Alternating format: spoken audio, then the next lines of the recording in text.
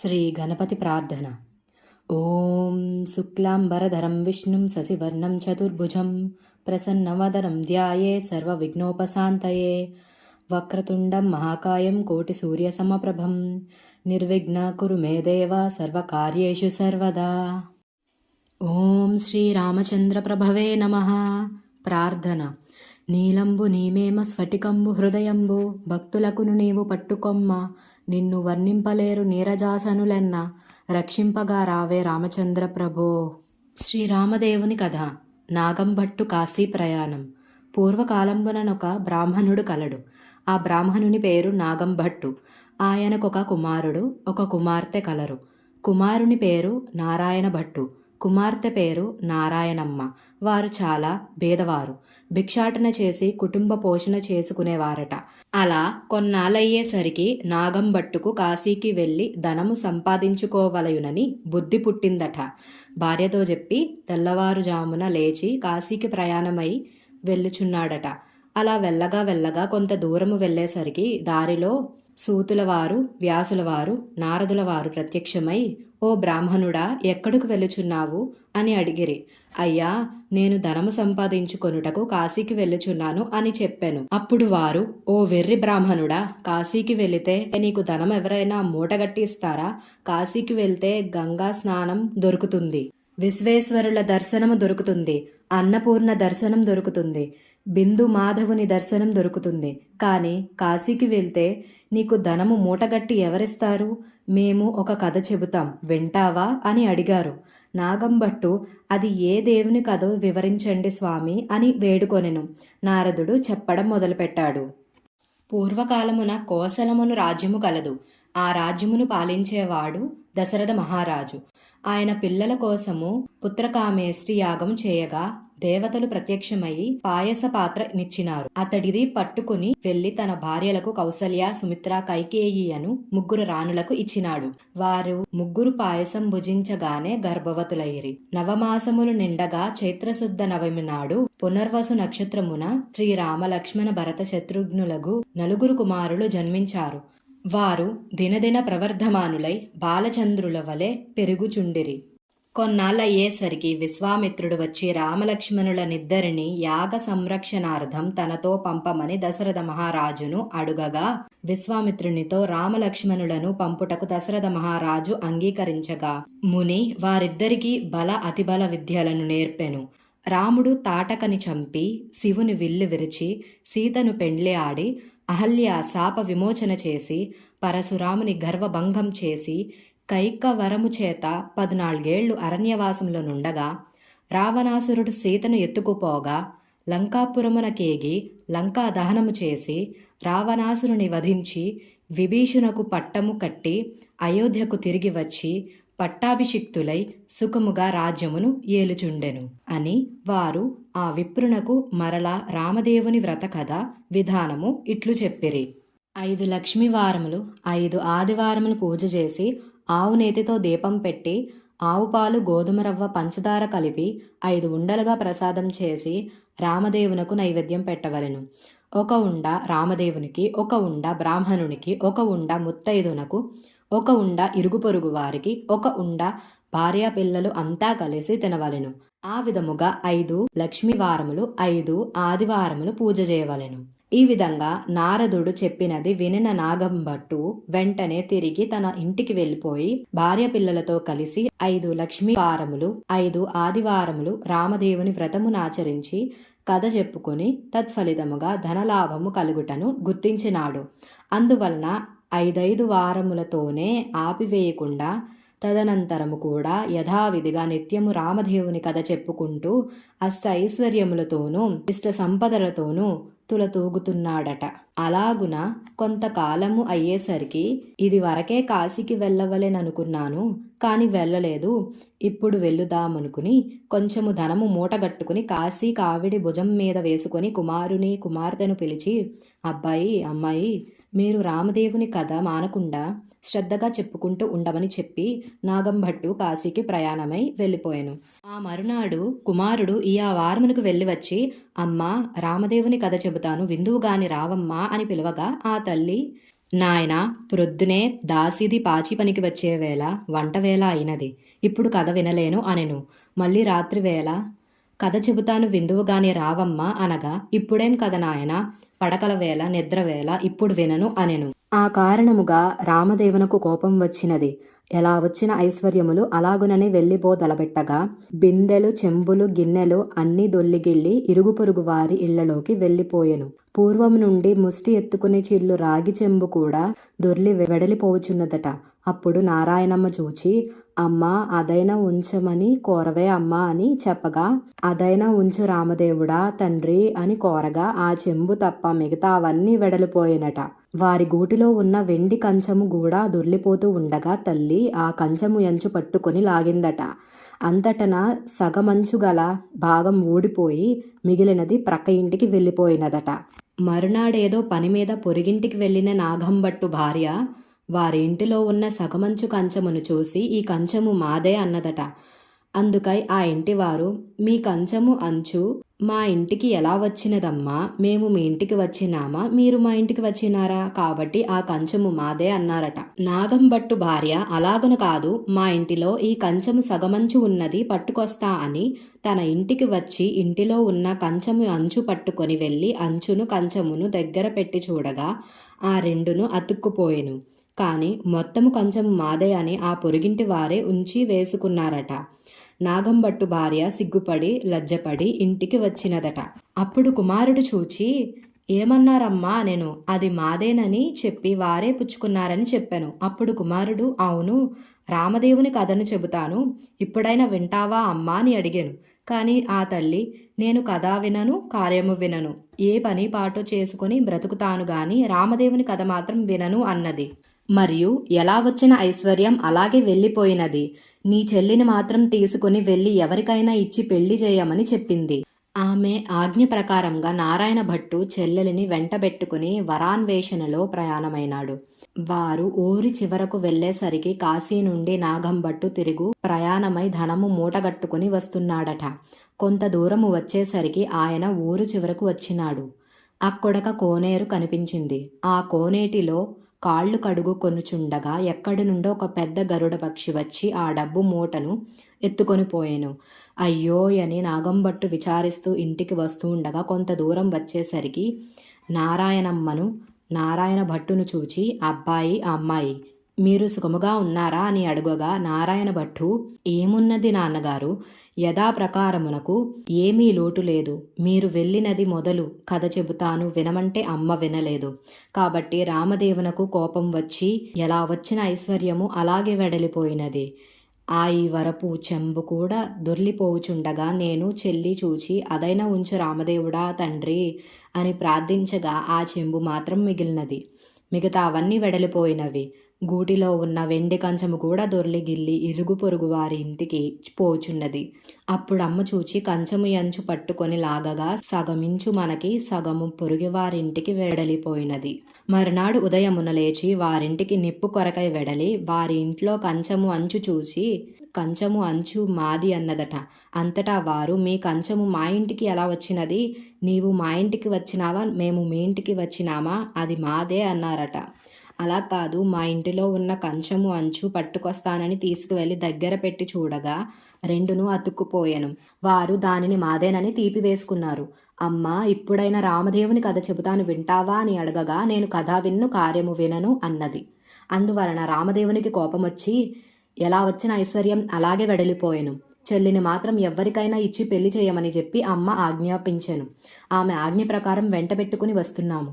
మీ ఆజ్ఞ ఏమిటి నాన్నగారు అని అడగగా, సరే మీ అమ్మ చెప్పినట్లే చేయమని నాగంభట్టు విచారిస్తూ ఇంటికి వెడలినాడు. నారాయణ భట్టు నారాయణమ్మను వెంటబెట్టుకుని వెళ్ళుచున్నాడు. వెళ్ళగా కొంత దూరం వెళ్ళేసరికి నారాయణ భట్టుకి ఒక బ్రాహ్మణుడు కనిపించెను. ఓ బ్రాహ్మణుడా, నీకు నా చెల్లెల్నిచ్చి పెళ్లి చేయుదునా అని నారాయణ భట్టు అడుగగా అతను, పెళ్లి వద్దు, పేరంటము అక్కర్లే అని చెప్పాను. మరి కొంత దూరము పోయేసరికి ఇంకొక బ్రాహ్మణుడు కనిపించాడు. నారాయణ భట్టు అతనితో, ఓ బ్రాహ్మణుడా, నా చెల్లెల్నిచ్చి పెళ్లి చేస్తాను, చేసుకుంటావా అని అడగగా అతడు, నాకు పెళ్లి పేరంటము వద్దు, ఇదివరకే 2 భార్యలున్నారు అనెను. మరలా వెలుచుండగా త్రోవలో ఒక పెద్ద పూల తోట కనిపించెను. ఆ తోటలో అన్నా చెల్లెళ్ళు కూర్చుని రామదేవుని కథ చెప్పుకుంటూ ఉండగా ఎక్కడి నుంచో ఒక బ్రాహ్మణ యువకుడు వచ్చి పువ్వులు కోసుకుంటూ ఉండగా ఆ యువకుని చూసి నారాయణ భట్టు, ఓ బ్రాహ్మణుడా, నీకు నా చెల్లెల్నిచ్చి పెళ్లి చేస్తాను, చేసుకుంటావా నేను. పెళ్లి చేస్తానంటే వద్దంటానా, కానీ మా గురువుగారున్నారు, వారి ఆజ్ఞ ప్రకారం చేసుకుంటాను అన్నాడా యువకుడు. మీ గురువుగారు ఎక్కడున్నారని అడుగగా ఫలానా తోటలో ఉన్నారని చెప్పాను. వెంటనే నారాయణ భట్టు గురువుగారి దగ్గరకు వెళ్ళి, అయ్యా గురువుగారు, మీ శిష్యునికి నా చెల్లెల్నిచ్చి పెళ్లి చేస్తాను, తమరు ఒప్పుకుంటారా అనెను. అంత గురువు, బ్రహ్మచారిని గృహస్థునిగా చేస్తానంటే వద్దంటానా, కానీ వాడి దగ్గర చింతాకంత బంగారం లేదు, గోవు పాదమంత భూమి లేదు, మీకిష్టమైతే చేయండి అని అన్నాడు. అప్పుడు నారాయణ భట్టు గురువుకు నమస్కరించి అలాగెక్కడికో వెళ్ళి 4 రాటలు తెచ్చి నాటి, పందిరి వేసి గుచ్చిన ముత్యాల తోరణాలు గట్టి, గుచ్చని ముత్యాల తలంబ్రాలు పోసి 70 యగాల నారాయణమ్మనిచ్చి పెళ్లి చేసినాడు. వారక్కడనే కూర్చుని రామదేవుని కథ చెప్పుకొనుచున్నారట. అలా కొన్నాళ్ళయ్యేసరికి ఒక విప్రుడు వచ్చి, మీకు 4 ఎకరములు భూమి దారబోసం తీసుకోవలసినదని చెప్పగా, అప్పుడు వారు, మేము రామదేవుని కథ చెప్పుకుంటున్నాము, కథ అయిన పిమ్మట తీసుకుంటాము, మీకు ఇష్టమైతే కూర్చుని కథ వినండి అన్నారు. కథ అయిన తర్వాత ఆ బ్రాహ్మణుడు రాగి చెంబుతో నీరు పోసి, ఫలానా తోటలో ఆస్తి ఉన్నది, అనుభవించుడని 4 ఎకరముల భూమి వారికి దారబోసి ఆ విప్రుడెక్కడికో వెడలిపోయాడు. వారా 4 ఎకరముల భూమి అనుభవించుచూ కథ చెప్పుకుంటూ అక్కడే ఉన్నారు. అలా కొన్నాళ్ళయ్యేసరికి ఆ ఊరు రాజుగారు ఒక భవనమును కట్టించి దానిని కొంత ధనమును పుణ్య దంపతులకు దారబోయాలని చూస్తున్నారు. ఎంత వెతికినా ఆయనకి నచ్చిన పుణ్య దంపతులు దొరకలేదు. ఒక రాత్రి రామదేవుడు రాజు కలలో కనిపించి, ఫలానా తోటలో పుణ్య దంపతులున్నారు, వారిని తీసుకువచ్చి ఇల్లు ధనము దారబోయి అని ఆజ్ఞాపించారట. వారి ఆజ్ఞ ప్రకారం మరునాడు ఉదయమును లేచి రాజు, నారాయణమ్మ ఆమె భర్త ఉన్న తోటకు 16 మంది బోయీలను పల్లకీని పంపినాడు. వారక్కడకు వెడలి, ఏమండోయ్, మా దేశపు రాజుగారు ఒక గృహమును కొంత ధనమును మీ ఇద్దరకు దారబోస్తారట, మిమ్మల్ని వెంటబెట్టుకుని రమ్మని పంపినారు గాన రావలసిందనగా వారు, మేము రామదేవుని కథ చెప్పుకుంటున్నాం, మీకిష్టమైతే కూర్చుని కథ వినండి, తర్వాత వెళదాం అనగా బోయీలు కథ విన్న తర్వాతనే ఆ పుణ్య దంపతులను తీసుకొని వెడలి రాజుగారికి అప్పగించిరి. రాజు సంతోషంతో ఆ గృహమును ధనమును వారికి దారబోసి వెళ్ళిపోయినారు. అప్పుడు నారాయణమ్మ ఆమె భర్త నారాయణ భట్టు ఆ గృహమును 4 ఎకరముల భూమిని అనుభవిస్తూ నిత్యమును రామదేవుని కథ చెప్పుకుంటూ అక్కడనే ఉండసాగారు. కొన్నాళ్ళయ్యేసరికి నారాయణ భట్టు, అమ్మాయి, నేను ఎన్నాళ్ళు ఇలా మీ దగ్గరే ఉంటాను, నేను వెళ్ళి రామదేవుని తీసుకువస్తాను, నీవు నీ భర్త కథ మానకుండా చెప్పుకోండి అని చెప్పి తాను ప్రయాణమై వెడలినాడు. నారాయణ భట్టు కొంత దూరము వెళ్ళాక ఒక గ్రామం వచ్చినది. ఆ గ్రామంలో ఒక గొల్లవాణిని చూచి, గొల్ల, ఈ గ్రామంలో విశేషాలేమిటి అని అడిగాను. ఏమున్నది నాయనా, నేను పుట్టకతోనే అంధుడను, వాళ్ళు ఒడ్లు పోసి నన్ను కాపలా కూర్చోమనగా కర్ర పుచ్చుకొని కూర్చున్నాను, నా అవస్థే ఇలా ఉంది బాబు అన్నాడట. నారాయణ భట్టు, ఒక కథ చెబుతాను వినదవా అని అడిగాను. గొల్ల, అలాగే వింటాను, చెప్పమన్నాడు. అప్పుడు నారాయణ భట్టు రామదేవుని కథ వ్రతం విధానమంతా చెప్పేసరికి ఆ గొల్లవానికి కొంచెం కళ్ళు కనిపించినవట. అప్పుడతను, ఓహో, కథలోనే ఎంత మహాత్మ్యం ఉంది, వ్రతము చేసుకుంటే ఇంకెంత మహాత్మ్యం ఉంటుందో, ఇంతకీ నువ్వు ఏ దైవానివో ఏ దేవుడవో చెప్పమనెను. నారాయణ భట్టు నవ్వి, ఇది రామదేవుని కథ మహాత్మ్యం. 5 లక్ష్మీవారములు 5 ఆదివారములు పూజ చేసి ఆవు నేతితో దీపం పెట్టవలెను. ప్రసాదానికి ఆవు పాలు, పంచదార, గోధుమ రవ్వ కలిపి 5 ఉండలుగా చేసి రామదేవునకు, ముత్తైదువునకు, బ్రాహ్మణునకు, ఇరుగు పొరుగు వారికి ఇచ్చి భార్య పిల్లలతో తినవలెనని చెప్పి వెడలిపోయాను. తిరిగి కొంత దూరం వెళ్ళేసరికి ఒక రాజు విచారిస్తూ ఉన్నాడట. ఆ రాజును చూచి నారాయణ భట్టు, ఏమి రాజా విచారిస్తున్నావు అని అడుగగా, నాయన, నా రాజ్యము పరాయి రాజ్యులు తీసుకున్నారు, నేను సకుటుంబంగా పరారైపోతుండగా నా భార్య బిడ్డలు దారి తప్పిపోయారు, నా అవస్థ ఇలా ఉన్నది నాయనా అని రాజు చెప్పినాడు. సరే, నేనొక కథ చెబుతాను, వింటారా అని నారాయణ భట్టు అడగగా, ఆ రాజు, అలాగే వింటాను, చెప్పవలసిది మహానుభావ అనెను. నారాయణ భట్టు రామదేవుని కథనంతా చెప్పి వ్రత విధానమంతా వివరించెను. అంతటా ఆ రాజుగారి పరారైన భార్యబిడ్డలు పరాయి రాజు తీసుకున్న రాజ్యము తిరిగి ప్రాప్తించెను. అప్పుడు రాజు సంతోషంతో నారాయణ భట్టును చూచి, ఏమండి మహానుభావ, మీరు ఏ దేవుడో చెప్పవలసింది, మిమ్మల్ని పూజ చేసుకుంటాను అనగా నారాయణ భట్టు, నేను దేవుడను కాదు, ఇది రామదేవుని కథ మహాత్మ్యం. మీరు 5 లక్ష్మీ వారములు 5 ఆదివారములు పూజ చెయ్యమని చెప్పి వ్రత విధానమంతయు ఇంకొక మారు చెప్పాను. నారాయణ భట్టు మరల కొంత దూరము వెళ్ళగా అక్కడ ఒక స్త్రీ విచారిస్తూ కూర్చుని ఉన్నది. ఆ స్త్రీని చూచి నారాయణ భట్టు ఎందుకు విచారిస్తున్నావు అని అడిగాను. అప్పుడు ఆమె, ఏముంది నాయన, నాకు చిన్నతనంలోనే పెళ్ళైనది. నా భర్త దేశాంతరం వెళ్ళినాడు. నా తల్లిదండ్రులు అత్తమామలు కొన్నాళ్ళు చూచి, ఎన్నాళ్ళు నిన్ను ఎలాగున చూస్తాము అని వదిలేశారు. కాబట్టి నా అవస్థ ఎలాగున్నది నాయన అని చెప్పినది. అప్పుడు నారాయణ భట్టు, నేనొక కథ చెబుతాను వింటావా నేను. అలాగే వింటాను నాయన, చెప్పమన్నదామె. నారాయణ భట్టు రామదేవుని కథ అంతా చెప్పి వ్రత విధానమంతా చెప్పేసరికి దేశాంతరం వెళ్ళిన ఆమె భర్త తిరిగి వచ్చినాడు. తరిమి వేసిన తల్లిదండ్రి అత్తామామలు కూడా వచ్చినారట. ఆమె సంతోషించి నారాయణ భట్టును చూచి, ఏమండి మహానుభావ, మీరు ఏ దైవానివో చెప్పండి, మిమ్మల్ని మేము పూజ చేసుకుంటాము అని అడిగాను. అందుకు నారాయణ భట్టు, ఇదంతా రామదేవుని వ్రత కథా మహాత్మ్యం. 5 లక్ష్మీ వారములు 5 ఆదివారములు మానకుండా పూజ చేయాలని వ్రత విధానమంతా చెప్పి తిరిగి కొంత దూరం వెళ్ళేసరికి ఒక గ్రామం వచ్చినది. ఆ గ్రామంలో ఒక ఇల్లాలింటికి వెళ్ళి, అమ్మ పూజ చేసుకుంటాను, కొంచెం చోటు ఇస్తావా అని అడిగాను. మా ఇంటిలో మడి ఆచారం కుదరవు గనుక ఇల్లు లేదు, వాకిలి లేదు, వెడలిపోండి అన్నదామె. అప్పుడు నారాయణ భట్టు, కోనేరు అయినా చూపించు తల్లి అని అడిగాను. అందుకు ఆమె, తూర్పు దిశని ఈశాన్య మూలగా కోనేరున్నది, వెళ్ళమని చెప్పాను. నారాయణ భట్టు స్నానం చేసి మడిబట్ట ఆరవేసుకుని ఇల్లు ఇవ్వనన్న ఇల్లాలి అరుగు మీదకే వచ్చి తూర్పు దిశ ఈశాన్య మూలగా ఒక పుచ్చుపీటకు పసుపు రాసి బొట్టు పెట్టి అందు రామదేవుని పటము పెట్టి ఆవు పాలు, గోధుమ రవ్వ, పంచదార కలిపి ప్రసాదము 5 ఉండలు చేసి రామదేవునకు నైవేద్యం పెట్టి కథ చదువుకొనుచున్నాడట. ఇంతలో ఆమె యువతలకు వచ్చి చూడగా నారాయణ భట్టు ఆమెకు తాంబూలము, దక్షిణ ప్రసాదములు నిచ్చినాడట. ఆమె పుచ్చుకొని లోనికి వెడలిపోయాను. నారాయణ భట్టు కథ చదువుకొని కొన్ని అక్షింతల నెత్తి మీద వేసుకొని కొన్నిటిని ఇంటి మీద వేసి వెళ్ళిపోయాను. అతను ఎలాగునే వెళ్ళగానే ఆ ఇల్లు ఇంద్రభవనమైనది. అప్పుడు ఆయా వారమునకు వెళ్ళిన తన భర్త తిరిగి వస్తే ఇల్లు గుర్తుపట్టలేడని ఆ ఇల్లాలు వీధి అరుగు మీద కావలి కూర్చుని ఉండెను. ఇంతలో ఆమె భర్త వడ్లు మూటలు చేసుకుని ఇల్లు కానక కంగారు పడి అక్కడ నిలబడి ఉండెను. ఆమె చూచి, మన ఇల్లు ఇదే, ఇలా రండి అనెను. భర్త, ఇది మన ఇల్లు కాదు, నేను రానని చెప్పగా, ఇది మన ఇల్లే, ఇలా ఎందుకైందో చెబుతాను వినండి. ఎక్కడి నుండో ఒక బ్రాహ్మణుడు వచ్చి పూజ చేసుకుంటాను, ఇల్లు ఇమ్మన్నాడు.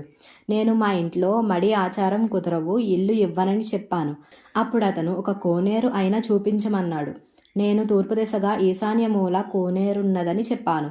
అతడు కోనేరు దగ్గరకు పోయి స్నానం చేసి మడిబట్ట ఆరవేసుకుని మన అరుగు మీదకు వచ్చి ఒక పీటకు పసుపు రాసి బొట్టు పెట్టి తూర్పు దిశ ఈశాన్య మూలగా పెట్టి అందు రామదేవుని పటము పెట్టి పూజ చేసి ఆవు పాలు, గోధుమ నూక, పంచదార కలిపి ప్రసాదముగా 5 ఉండలు చేసి రామదేవునకు నైవేద్యం పెట్టి కథ చెప్పుకొనుచున్నాడు. నేను బయటకు వచ్చేసరికి నాకు దక్షిణ తాంబూల ప్రసాదములు ఇచ్చాడు. నేను లోపలికి వెళ్ళిపోయాను. అతడు కొన్ని అక్షతలు నెత్తి మీద వేసుకొని మరికొన్ని అక్షతలు మన ఇంటి మీద వేసి వెళ్ళిపోగా ఇల్లు ఇలా ఇంద్రభవనంగా మారినది. ఇదంతా ప్రసాద మహాత్మ్యం అని చెప్పాను. అంతటా ఆమె భర్త, ఆయన పూజ చేసుకుంటానంటే వద్దన్నావా, నిర్భాగ్యులారా, పాపిష్టిదానా, అతడు ఏ దిశగా వెళ్ళినాడు చెప్పమనగా ఈశాన్య మూలగా వెళ్ళినాడని చెప్పినది. అప్పుడు ఆయన మూటలక్కడ పెట్టి నారాయణ భట్టును వెదగుచూ బయలుదేరెను. కొంత దూరం వెళ్ళగా నారాయణ భట్టు ఈ బ్రాహ్మణునికి కనిపించెను. బ్రాహ్మణుడు, ఏమండోయ్ మహానుభావ, మీరు మా ఇంటికి రావలసినదని మేము పూజ చేసుకుంటామని అనెను. అందుకు నారాయణ భట్టు, మీ ఇంటికి ఇప్పుడు రాను, రామదేవును వెదుగుటకు వెళ్ళుచున్నాను అనెను. అప్పుడు ఆ బ్రాహ్మణుడు, అలా కాదు మహానుభావ, మీరు మా ఇంటికి వచ్చి పూజ చేసుకుంటానంటే మా వాళ్ళు ఇల్లు ఇవ్వనన్నారు. కాబట్టి మాదే తప్పు, మా తప్పు క్షమించి మా ఇంటికి రావలసినది మీరు ఏ దైవానివో చెప్పండి, మేము పూజ చేసుకుంటాము అనగా నారాయణ భట్టు, మీ ఇల్లు కాబట్టి మీరు ఇవ్వనన్నారు. మీ తప్పేమీ లేదు, అడగడం నా తప్పే. నేను మీ ఇంటికి ఇప్పుడు రాలేను. రామదేవుని వెదుగుటకు వెడలుచున్నాను. నేను ఏ దేవుడిని కాను. ఇదంతా రామదేవుని కథ మహాత్మ్యం. నీవు ఇంటికి వెడలి 5 లక్ష్మీ వారములు 5 ఆదివారములు పూజ చేసుకోమని వ్రత విధానమంతా చెప్పి నేను రామదేవుని వెతుక్కుని వచ్చేటప్పుడు నీ ఇంటికి వస్తాను అనెను. అప్పుడు బ్రాహ్మణుడు ఇంటికి వచ్చి కథలోనే ఇంత మహాత్మ్యం ఉంది, వ్రతం చేసుకుంటే ఇంకెంత మహాత్మ్యం ఉంటుందో అని పూజ చేసుకుని కథ చెప్పుకొని అష్ట ఐశ్వర్యములతో తులతూగుతున్నాడట. నారాయణ భట్టు ఎండనక వాననక తిండనక తిప్పలనక అర్ధరాత్రనక అరణ్యాలమ్మట పడి వెళ్ళుచుండగా కొంత దూరం వెళ్ళేసరికి ముఖము తిరిగి మూర్ఛిల్లి పడిపోయాను. అప్పుడు రామదేవనకు దయ కలిగి ముసలి బ్రాహ్మణ వేషములో వచ్చి నారాయణ భట్టు ముఖం తుడిచి లేవదీసి మంచినీరు ఇచ్చి భోజనము చేతువు గాని మా ఇంటికి రమ్మనెను. నేను రామదేవుని వెదుగుటకు వెళుతున్నాను, భోజనము మాత్రం చేయను, ఒక కోనేరు మాత్రం చూపిస్తే స్నానం చేస్తానన్నాడు. తూర్పు దిశ ఈశాన్య మూల ఒక కోనేరున్నది, వెళ్ళమన్నాడట రామదేవుడు. నారాయణ భట్టు ఆ కోనేరు వద్దకు వెడలి స్నానం చేసి పైకి వచ్చేసరికి వెండి పీటలు భమిడి కంచాలు కనిపించినవి. అప్పుడు నారాయణ భట్టునకు రామదేవుడు సీతమ్మ ఎదురై మా ఇంటిలో భోజనము చేయుదురుగాని రమ్మన్నారట. నేను భోజనము మాత్రము చేయను, రామదేవుని వెతుకుచు వెలుచున్నాను అన్నాడట. నేను రామదేవుడను అని చెప్పగా అయితే కావచ్చును మహానుభావ, నాకు దర్శనం కావాలి అని చెప్పగా అప్పుడు పులి చర్మంతో రుద్రాక్షలతో విభూది రేఖలతో నడుమున నాగాభరణముతో శిరస్సున గంగతో పక్కన పార్వతితో త్రిశూలము త్రినేత్రములతో నందివాహన రూపుడై ఈశ్వరుడు ప్రత్యక్షమైనాడు. అప్పుడు నారాయణ భట్టు వారినిట్లు స్తోత్రం చేసెను. ఈశ్వరస్తుతి. వందే శంభు ముమాపతిం సురగురుం వందే జగత్కారణం వందే పన్నగభూషణం మృగధరం వందే పశూనాం పతిం వందే సూర్య శశాంక వహ్నినయనం వందే ముకుంద ప్రియం వందే భక్త జనాశ్రయం చ వరదం వందే శివం శంకరం.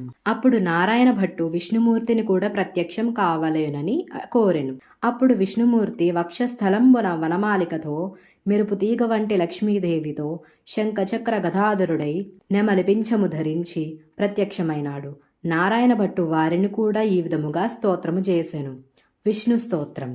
శాంతాకారం భుజగశయనం పద్మనాభం సురేశం విశ్వాకారం గగన సదృశం మేఘవర్ణం శుభాంగం లక్ష్మీకాంతం కమలనయనం యోగి హృద్యానగమ్యం వందే విష్ణుం భవభయహరం సర్వలోకైకనాథం అని నారాయణ భట్టు నాకు రామదేవుడు ప్రత్యక్షమవ్వాలి అనుకొని శ్రీరామస్తుతి. శ్రీమద్దివ్య మునీంద్ర చిత్తనిలయం సీతా మనోనాయకం వాల్మీకోద్భవ వాగ్భయోధి ససినం స్మేరాననం చిన్మయం నిత్యం నీరద నీలకాయ మమలం నిర్వాణ సంధాయకం శాంతం సత్వమనామయం శివకరం శ్రీరామచంద్రం భజే అని స్తోత్రం చేసేసరికి హనుమత్ సీత లక్ష్మణ భరత శత్రుఘ్ను పరివార సహితముగా శ్రీరామచంద్రుడు ప్రత్యక్షమైనాడు.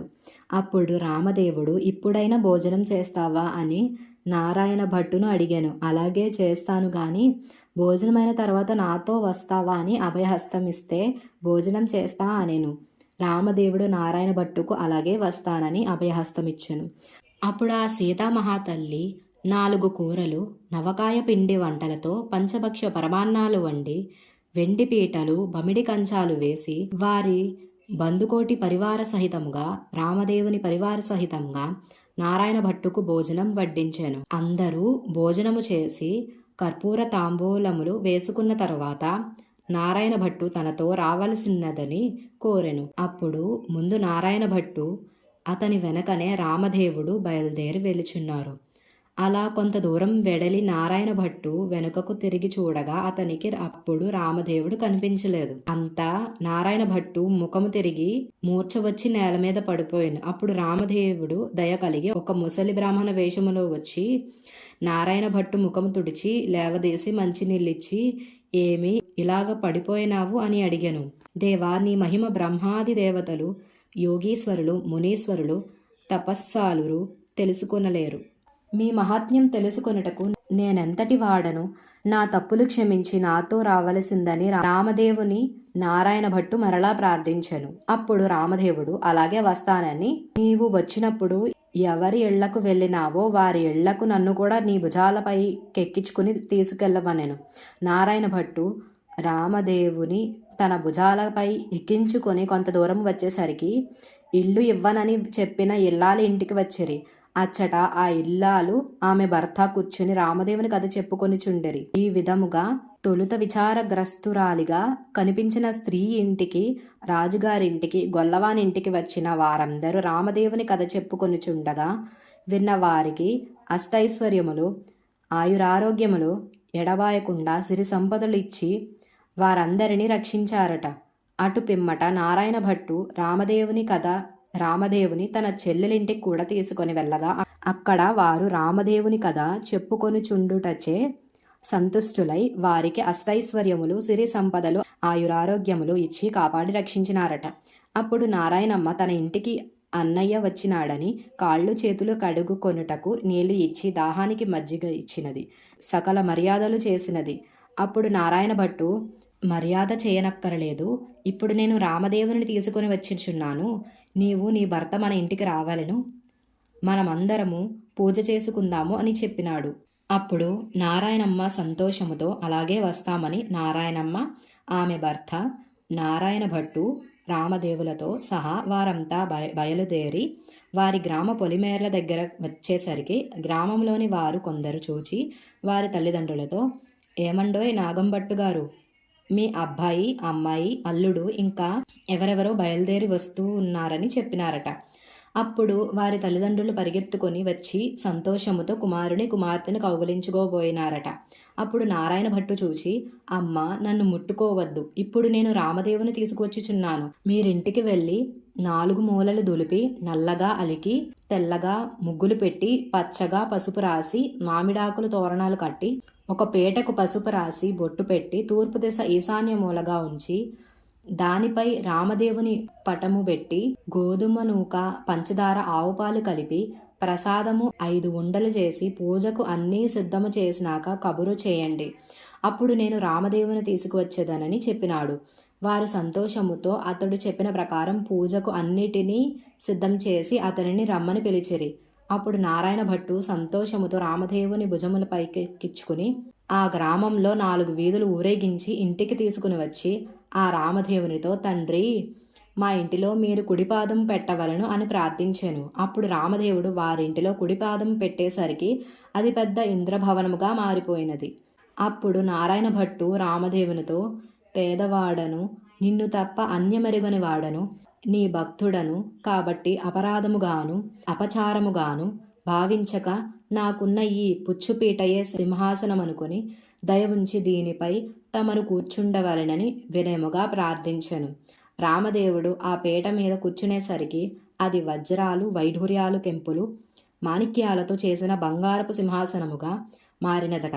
అంతటా సీతాలక్ష్మణ భరత శత్రుఘ్నాది పరివార సహితముగా శ్రీరామచంద్రమూర్తి వారింటిలో ఆసీనులై వెలిసినారట. ఆ పూట రామదేవుని వ్రతము చేసుకుని కథ చెప్పుకొని కథాక్షతలు తమ శిరసులపై ధరించేసరికల్లా ఎక్కడి నుండో ఒక బేద బ్రాహ్మణుడు వచ్చి, ఏమండోయ్ నాగంభట్టు గారు, మీ అబ్బాయికి మా అమ్మాయినిచ్చి పెళ్లి చేస్తాము, ఒప్పుకుంటారా అని అడుగగా, పెళ్లి చేస్తానంటే వద్దంటానా బాబు, అలాగే చేద్దామని చెప్పి నాగంభట్టు పాకలు పందిళ్లు వేయించి గుచ్చిన ముత్యాలు తోరణాలు గట్టి గుచ్చని ముత్యాలు తలంబ్రాలు పోసి నారాయణ భట్టుకి 70 యాగాల పెళ్లి చేసినాడట.